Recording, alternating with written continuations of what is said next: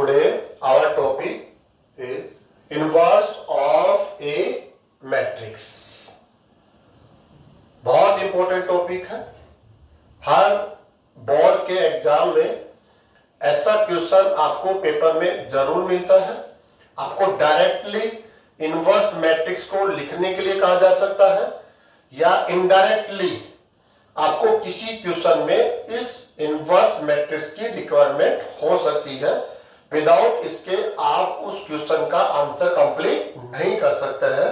तो स्टूडेंट्स आपको इसको काफी सीरियसली लेना है और सीखने की पूरी कोशिश करनी है और अच्छे क्वेश्चंस लेकर आपको इसकी प्रैक्टिस भी करनी होगी। तो स्टार्ट करते हैं इनवर्स ऑफ ए मैट्रिक्स। हम फर्स्ट इसकी डेफिनेशन से स्टार्ट करते हैं। If A is a square matrix. Students आपको फर्स्ट ये समझना जरूरी है कि इनवर्स ऑफ ए मैट्रिक्स जब भी आप पढ़ रहे हैं, टॉपिक स्टार्ट कर रहे हैं, किसी भी क्वेश्चन का आंसर दे रहे हैं, तब क्या देखेंगे, जो गिवन मैट्रिक्स ए है उसका स्क्वायर होना आवश्यक है। ये कंपल्सरी कंडीशन है। If A is a square matrix, ये किसी भी ऑर्डर का स्क्वायर मैट्रिक्स हो सकता है। जनरली जो आपको आपके क्वेश्चन पेपर में मिलेगा उसका ऑर्डर 2x2 और 3x3 होगा। ऑर्डिनरी हम देखते हैं, इनके अलावा कोई दूसरा ऑर्डर हमें न एग्जाम टेक्स्ट बुक में मिलेगा न किसी पेपर में मिलेगा। 2x2 और 3x3 ऑर्डर के मैट्रिक्स जनरली हमें मिलते हैं। तो स्क्वायर मैट्रिक्स होना चाहिए। And if there exist another square matrix B, क्या कहता है ये, आप एक स्क्वायर मैट्रिक्स है। अब यहां पर सेम स्क्वायर ऑर्डर वाला एक अनदर मैट्रिक्स भी इस प्रकार से एग्जिस्ट करता हो कि उन दोनों को लेकर एक डेफिनेशन यहां पर अप्लाई की गई है। डेफिनेशन क्या है, a into B is equal to I और b into A is equal to I. दोनों का मल्टीप्लाई आई होना चाहिए। ऑर्डर चेंज करने के बाद प्राप्त जो मैट्रिक्स है वो भी क्या होना चाहिए, आई। आई यहां पर क्या है, आइडेंटिटी मैट्रिक्स है जो ऑलरेडी आप पढ़ चुके हैं। रिपीट कर लेते हैं। If A is a square matrix and if there exist another square matrix B such that, इन दोनों मैट्रिक्स को इस डेफिनेशन को डिफाइन करना होता है। यदि ये डेफिनेशन डिफाइन हो जाती है ए एंड बी मैट्रिसेस के लिए, then we can say B is called inverse matrix of A. B आप गिवन मैट्रिक्स A के लिए इनवर्स मैट्रिक्स है। और आपको हम कैसे रिप्रेजेंट करेंगे, then it's denoted by A inverse. B को हम B से डिनोट न करके हम किससे डिनोट करेंगे, A इनवर्स से। क्यों करेंगे, इसका एक कारण है। गिवन मैट्रिक्स A है तो हम ये चाहते हैं इसका इनवर्स मैट्रिक्स कहीं ना कहीं इसके साथ मैच होता हुआ हमें दिखना चाहिए। इसलिए हम B को यहां किससे डिनोट करेंगे, A इनवर्स से। देन आप क्या कह सकते हैं, B is equal to A inverse. B अब आपको हम किससे रिप्रेजेंट कर रहे हैं, A इनवर्स से। तब इस डेफिनेशन को हम अदर फॉर्म में कैसे लिखेंगे, A into A inverse. B को किससे रिप्लेस कर दे आप, A इनवर्स से। तो A इंटू ए इनवर्स से आपको आइडेंटिटी मैट्रिक्स मिलेगा और A इनवर्स इंटू ए से भी आपको क्या मिलेगा, आइडेंटिटी मैट्रिक्स मिलेगा। तो स्टूडेंट्स ये काफी इंपॉर्टेंट एक रिजल्ट है इनवर्स मैट्रिसेस को लेकर, और ये चेक भी करता है कि कोई दो मैट्रिसेस इनवर्स मैट्रिसेस है या नहीं। कैसे चेक करेगा, ये देखो, आपके पास दो मैट्रिसेस है A एंड B। आपको क्वेश्चन दिया गया है क्या आप एक दूसरे के इनवर्स मैट्रिसेस हैं, तो आप कैसे चेकआउट करेंगे, यहां से या यहां से। दोनों का मल्टीप्लाई लीजिए, आइडेंटिटी मैट्रिक्स मिलता हो। ऑर्डर चेंज करने के बाद भी मल्टीप्लाई लीजिए, तब भी आपको आइडेंटिटी मैट्रिक्स मिलता हो।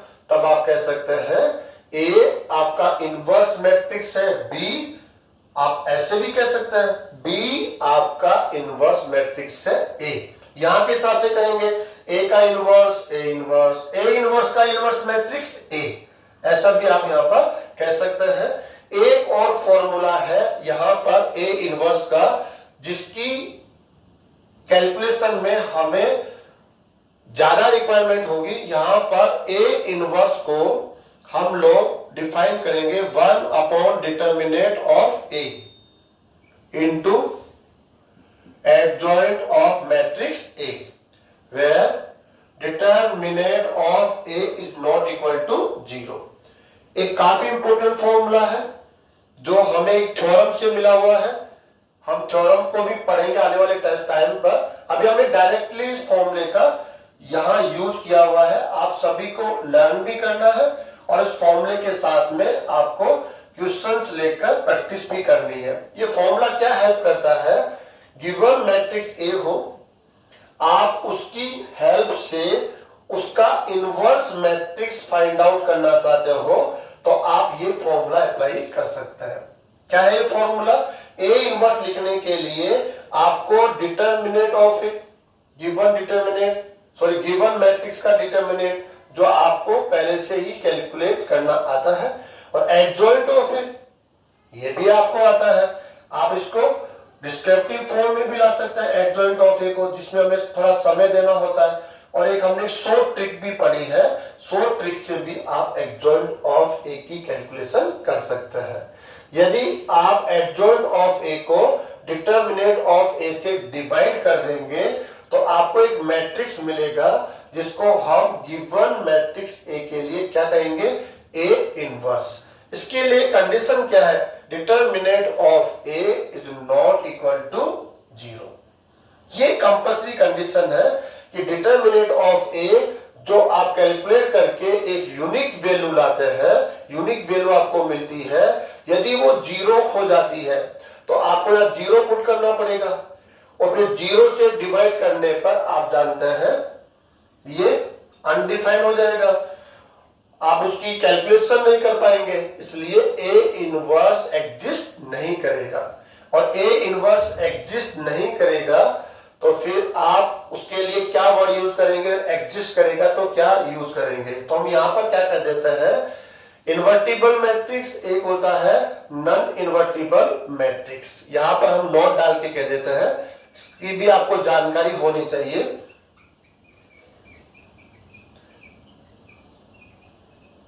इन्वर्टिबल मैट्रिक्स बहुत सिंपल वर्ड्स में हम कहते हैं, if determinant of A is not equal to 0 then A is a invertible matrix.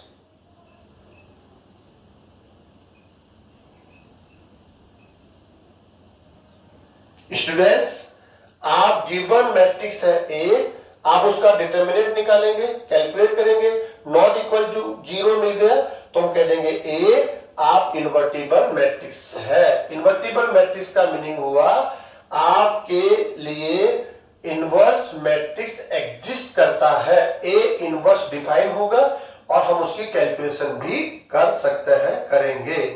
Okay students, ऐसा भी हो सकता है, क्या होगा, non invertible,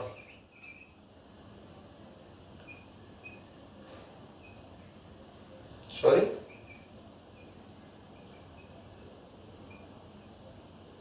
non invertible matrix. Students, simple words में डेफिनेशन है, determinant of A is equal to 0। यदि डिटर्मिनेंट की वैल्यू आपको 0 मिल जाती है देन आप क्या कह सकते हैं, A is a non invertible matrix. ऐसा आप स्टूडेंट कह सकते हैं। क्यों कह सकते हैं, आपको गिवन डिटर्मिनेंट है ए, आप गिवन मैट्रिक्स है ए, आप इसके लिए डिटर्मिनेंट की वैल्यू फाइंड आउट करेंगे और वो आपको क्या मिल जाता है, 0। जब ये 0 मिल जाता है देन आप इस फॉर्मूले का यूज करके ए इनवर्स को फाइंड आउट नहीं कर सकते हैं। ए इनवर्स एग्जिस्ट नहीं करेगा, क्योंकि आपको जीरो यहां पुट करना पड़ेगा, जीरो से डिवाइड करना पड़ेगा, जो पॉसिबल नहीं है, ये डिफाइन नहीं होगा। तो हम कह देंगे ए इनवर्स एग्जिस्ट नहीं करता। और ए इनवर्स जब एग्जिस्ट नहीं करता तो गिवन डिटर्मिनेंट ए को हम नॉन इन्वर्टिबल मैट्रिक्स कहते हैं। क्यों कहते हैं? क्योंकि आपके लिए ए इनवर्स एग्जिस्ट नहीं करता, और अगर ए इनवर्स एग्जिस्ट करे तो हम बोल देते हैं इन्वर्टिबल मैट्रिक्स। तो स्टूडेंट्स, डिटर्मिनेंट ऑफ ए, इसकी वैल्यू को आप कैलकुलेट करके ये बता सकते हैं कि गिवन डिटर्मिनेंट ए इन्वर्टिबल मैट्रिक्स है, सॉरी इन्वर्टिबल मैट्रिक्स है या नॉन इन्वर्टिबल मैट्रिक्स है। अब नाउ स्टूडेंट्स, ए इनवर्स की कैलकुलेशन हम लोग कैसे करेंगे? तो हम कुछ एग्जांपल्स यहां पर लेते हैं और जिससे हम ए इनवर्स को फाइंड आउट करना सीखेंगे।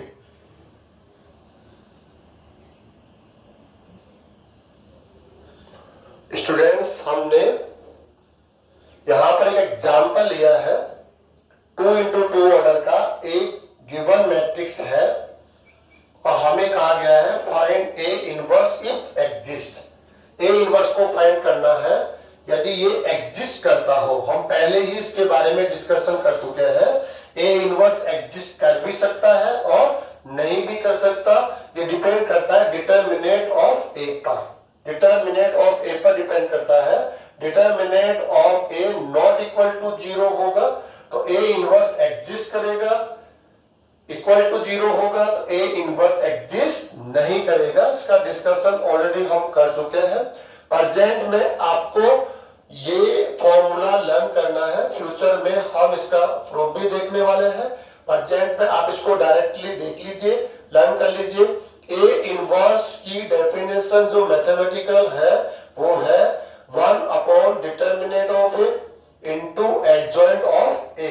दोनों की कैलकुलेशन ऑलरेडी आपने स्टडी कर ली है। इसकी कैलकुलेशन आप जानते हैं, इसकी कैलकुलेशन कैसे करनी है ये भी आप जानते हैं। तो हमने एग्जांपल लिया है 2 इंटू 2 ऑर्डर। फर्स्ट हमें चाहिए determinant of A, then answer हम लोग स्टार्ट कर रहे हैं।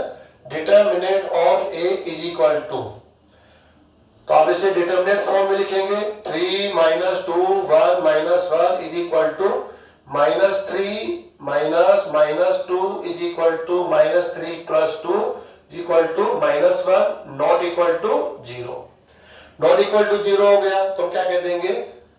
A inverse is exist. A inverse यहां पर क्या कर रहा है? एग्जिस्ट कर रहा है। नॉट इक्वल टू 0 होने पर एग्जिस्ट करता है।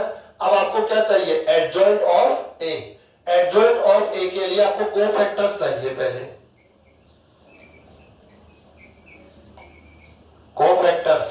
कोफैक्टर्स के लिए 1 बाई 1 आपको वर्क करना पड़ेगा। A11 जो ये एलिमेंट है इसके करस्पॉन्डिंग कोफैक्टर। फर्स्ट इसका साइन देखिए आप, इसका 1 1 1 प्लस 1 2 और 2 इवन नंबर है, प्लस साइन आएगा।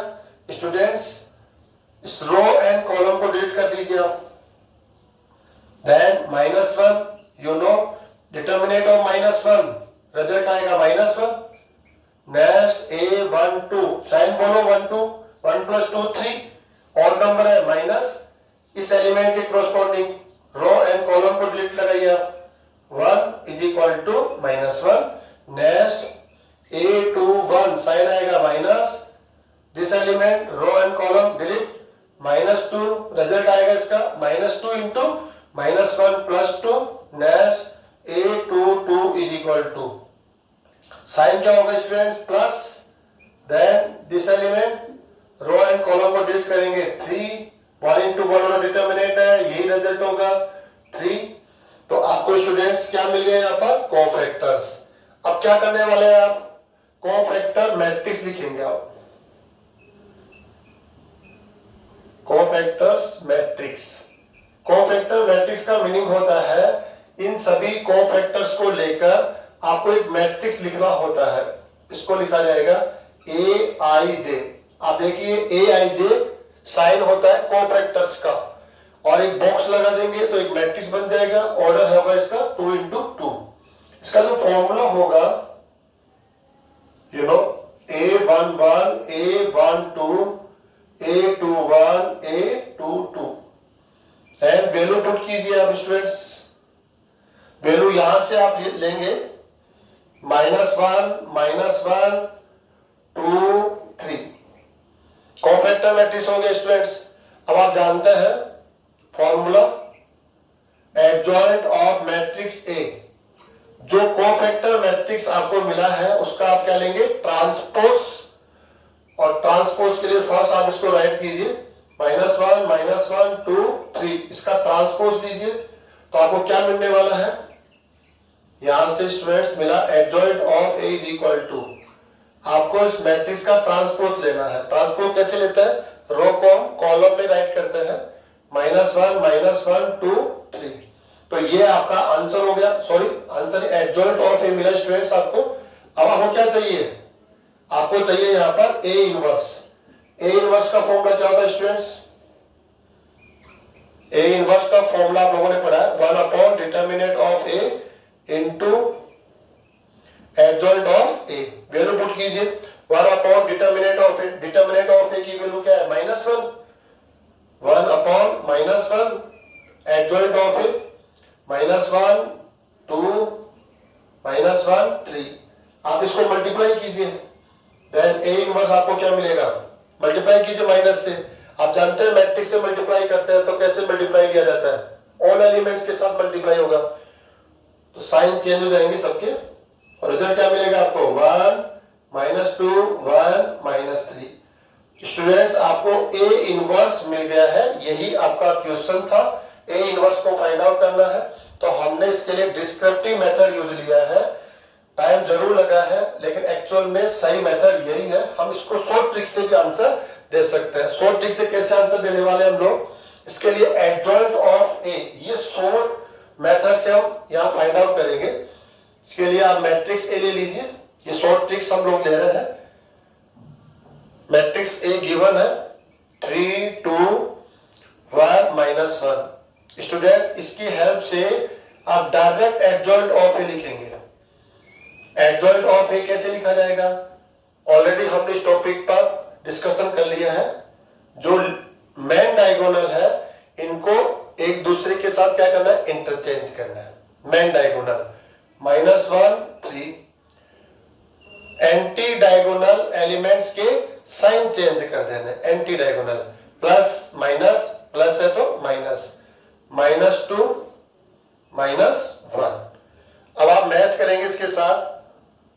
सॉरी, हमने यहां पर राइट सही नहीं किया, -2 है, देन ये क्या हो जाएगा +2।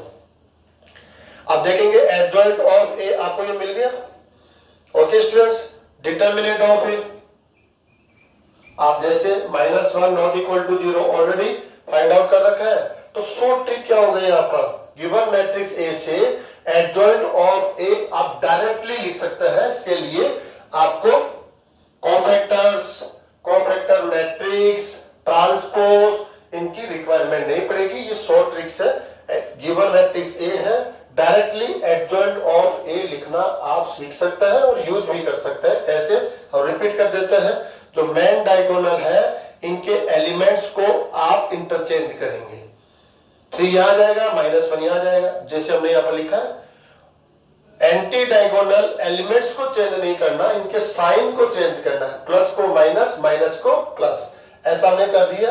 अब यहां से ए इनवर्स का फॉर्मूला क्या होता है आप जानते हैं, 1 determinant of A into adjoint of A. आप कैलकुलेशन करेंगे तो सेम आपको ए इनवर्स मैट्रिक्स यहां पर प्राप्त हो जाएगा। नेक्स्ट हम लोग एग्जांपल लेंगे 3 इंटू 3 ऑर्डर के मैट्रिक्स के लिए। स्टूडेंट्स नेक्स्ट एग्जांपल हमने 3 इंटू 3 ऑर्डर के लिए एक मैट्रिक्स को लिया है। क्वेश्चन है find A inverse if exist. यदि ये एग्जिस्ट करता है तो हमें ए इनवर्स को फाइंड आउट करना है, और यदि एग्जिस्ट नहीं करता तब आपको ए इनवर्स फाइंड आउट नहीं करना है। अब एग्जिस्ट करेगा नहीं करेगा ये डिपेंड करता है डिटर्मिनेंट ऑफ ए पर। ये गिवन मैट्रिक्स है, आप इसका डिटर्मिनेंट ऑफ ए निकालेंगे, नॉट इक्वल टू 0 आपको मिल जाता है, तो आप कह देंगे ए इनवर्स एग्जिस्ट करता है, ए इनवर्स को फाइंड आउट करना होगा। इक्वल टू 0 मिल जाए, determinant of A is equal to 0, then आप ए इनवर्स को फाइंड आउट नहीं कर सकते। क्यों नहीं कर सकते? ए इनवर्स एग्जिस्ट नहीं करेगा। क्यों नहीं करेगा? आप इसके फॉर्मूले के साथ समय दीजिए, आपको आंसर देगा। अगर ये 0 हो जाएगा तो आपको एडजॉइंट ऑफ ए को डिवाइड करना होगा 0 से, जो डिफाइन नहीं है। हम ऐसा नहीं कर सकते हैं, तो ए इनवर्स एग्जिस्ट नहीं करेगा। तो फर्स्ट हमें एग्जिस्ट करता है नहीं करता, इसके लिए डिटर्मिनेंट ऑफ ए इसको फाइंड आउट करना पड़ेगा। ये टॉपिक ऑलरेडी आप लोगों ने प्रीवियस क्लासेज में पढ़ लिया है। 2 - 1 3 0 - 2 1 4 2 0। अब हम एक्सपेंडिंग लेंगे। एक्सपेंडिंग आप 6 टाइप से ले सकते हैं। Expanding along R1 R2 R3 C1 C2 C3, आप किसी एक का यूज करके इसको एक्सपेंडिंग के लिए आगे ले जा सकते हो। तो हम ऐसा कर लेते हैं, फर्स्ट कॉलम का यूज कर लेते हैं। क्यों कर लेते हैं?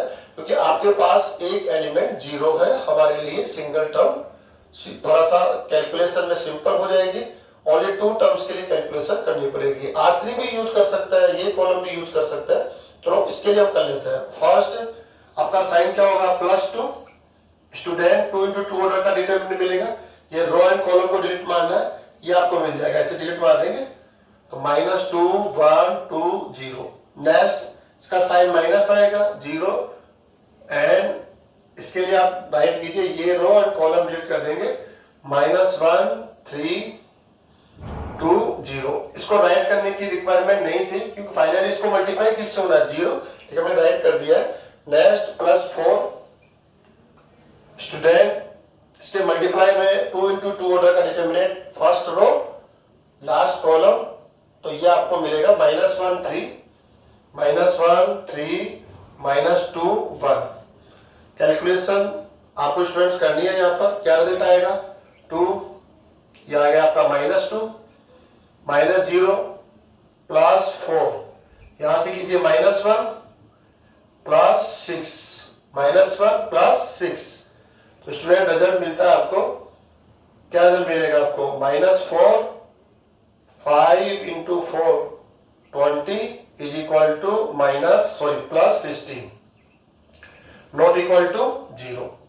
आपको 16 रिजल्ट मिलता है, जो 0 नहीं है। डिटर्मिनेंट ऑफ ए हम क्या कहेंगे? Determinant of A is equal to 16, not equal to 0।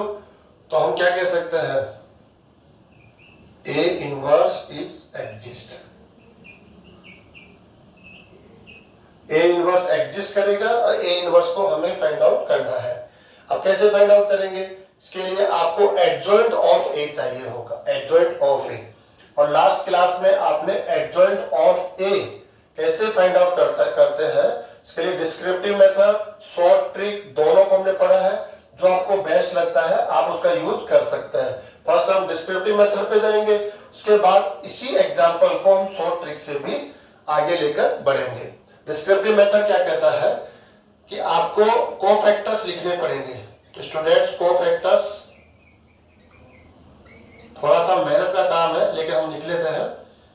Cofactors को कैसे लिखना होगा? A11 साइन क्या होगा इसका? प्लस। अब सॉल्व कीजिए इसका कोफैक्टर, रो एंड कॉलम यहां से सिंपल कीजिए, डायरेक्टली करिए, टाइम बचाने की कोशिश कर लेते हैं हम लोग। 0 - 2 0 - 2, तो आंसर क्या जाएगा इसका? -2।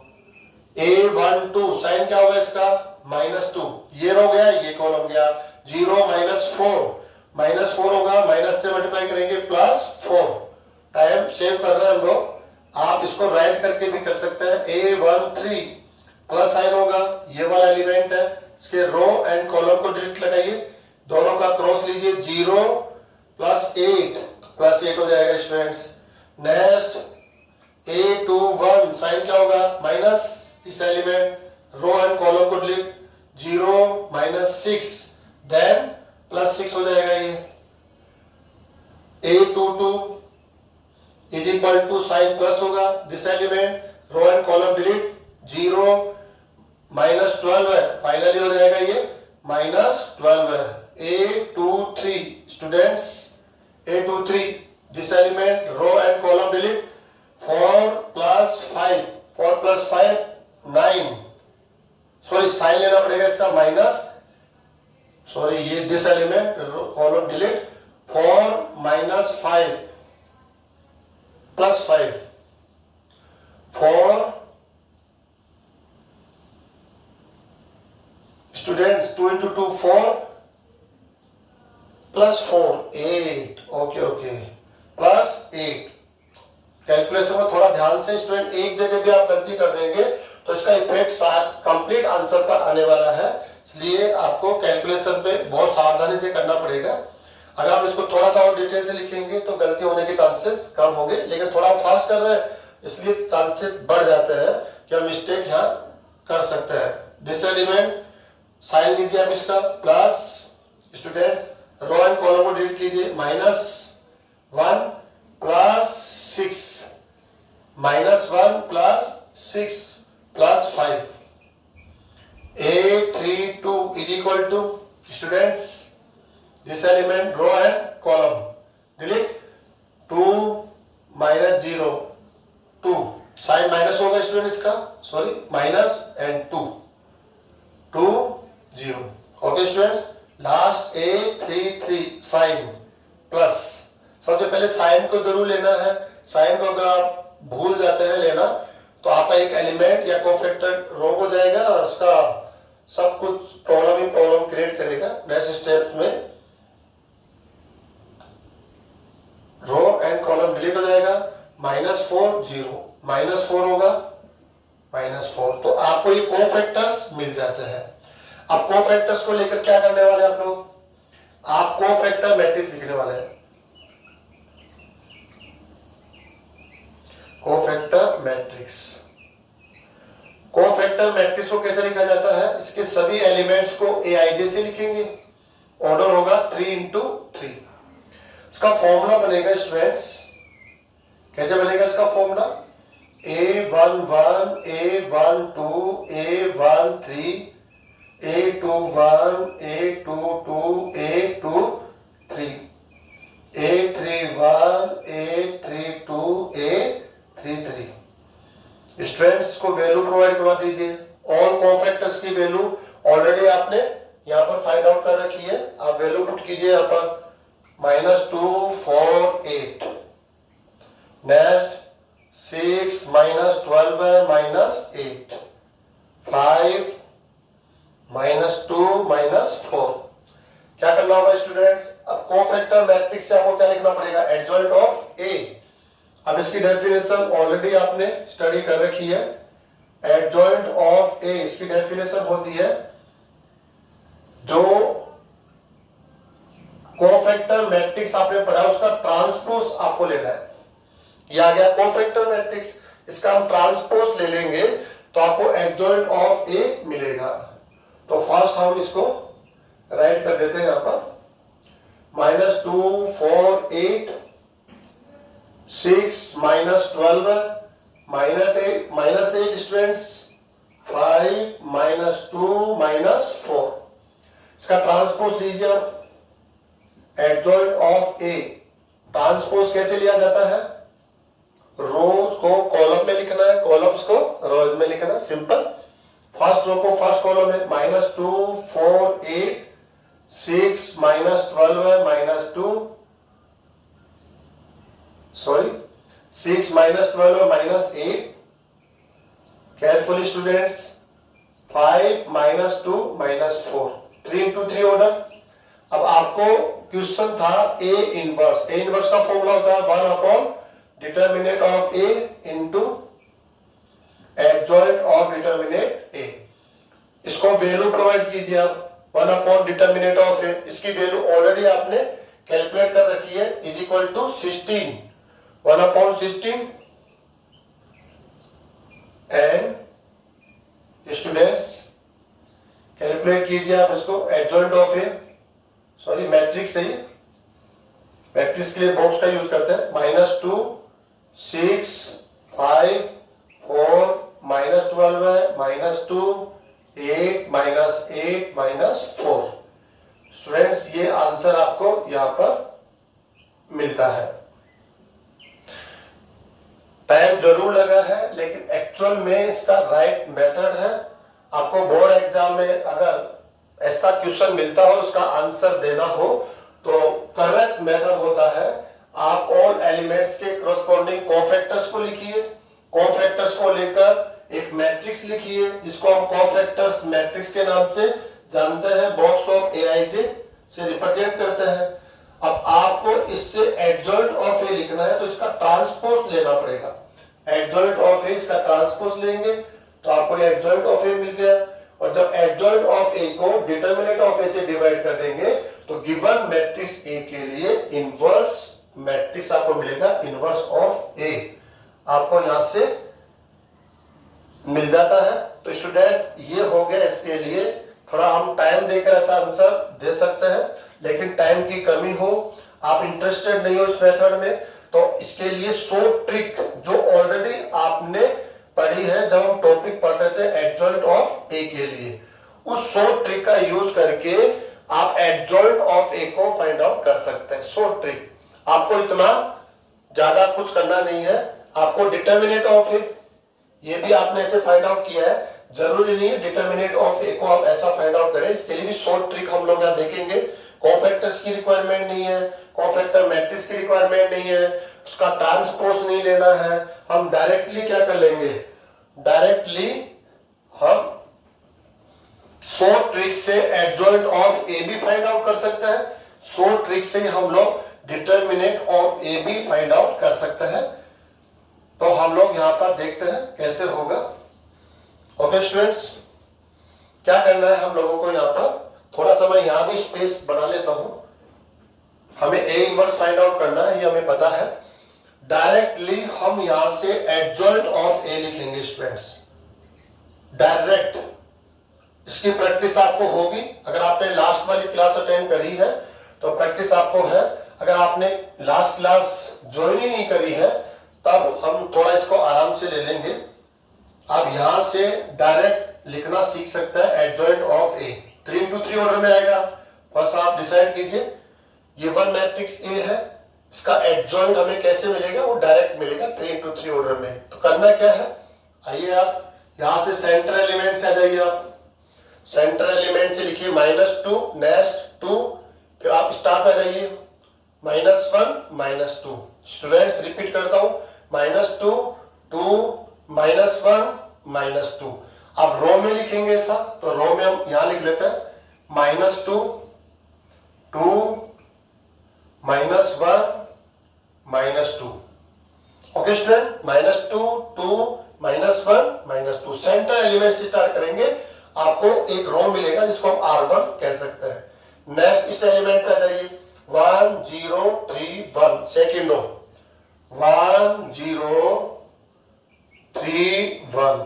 ओके स्टूडेंट, 1 0 3 1, ऐसा करके हम सेकेंड रो यहां पर कंप्लीट करेंगे। अब यहां जाइए आप फर्स्ट कॉलम में, सेंटर पे आइए हमेशा 0 4 2 0 0 4 2 0। Okay students, next last row 4 into 4 order बनेगा। लास्ट रो वापस आपको रिपीट करना है, यहां से -2 2 -1 -2 -2 2 -1 -2। आपको इस प्रकार से एक 4 into 4 सिस्टम तैयार करना है। 4 रोज है, 4 कॉलम्स है। अब यहां से आपको 9 एलिमेंट्स की कैलकुलेशन करनी है। कैसे, ये फर्स्ट एलिमेंट की कैलकुलेशन आप यहां से करेंगे स्टूडेंट्स। कैसे करेंगे, आप ये वाले जो 4 एलिमेंट्स है इनको 2 into 2 ऑर्डर का एक डिटरमिनेंट समझ के कैलकुलेट कीजिए। 2 into 2 या डिटरमिनेंट साइन लगा देंगे बाहर हम लोग, और 2 into 2 ऑर्डर का एक डिटरमिनेंट है। इसकी कैलकुलेशन करते हैं product of main diagonal minus product of anti diagonal, multiply कीजिए 0 -2, तो एलिमेंट क्या हो जाएगा आपका -2 students. Okay students, next element यहां से आने वाला है। आप भी 2 into 2 ऑर्डर का एक डिटरमिनेंट है, फाइंड आउट कीजिए इसकी value 6 minus 0, then 6 students. Next simple calculation है, अगर आप इसको एक बार राइट कर लेते हैं, कैलकुलेशन काफी सिंपल है. -1 plus 6, then 5. Next cross multiply से 4 minus 0, 4. नेक्स्ट यहां से स्टूडेंट्स 0 minus 12 है, -12 है. Next students 0 minus 2, -2 students. Next 0 plus 8.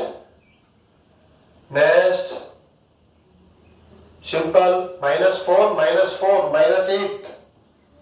Last students -4, 0, -4. ये आपको एडजॉइंट ऑफ ए मिलता है डायरेक्टली. ये गिवन मैट्रिक्स है, ऑर्डर है 3 into 3.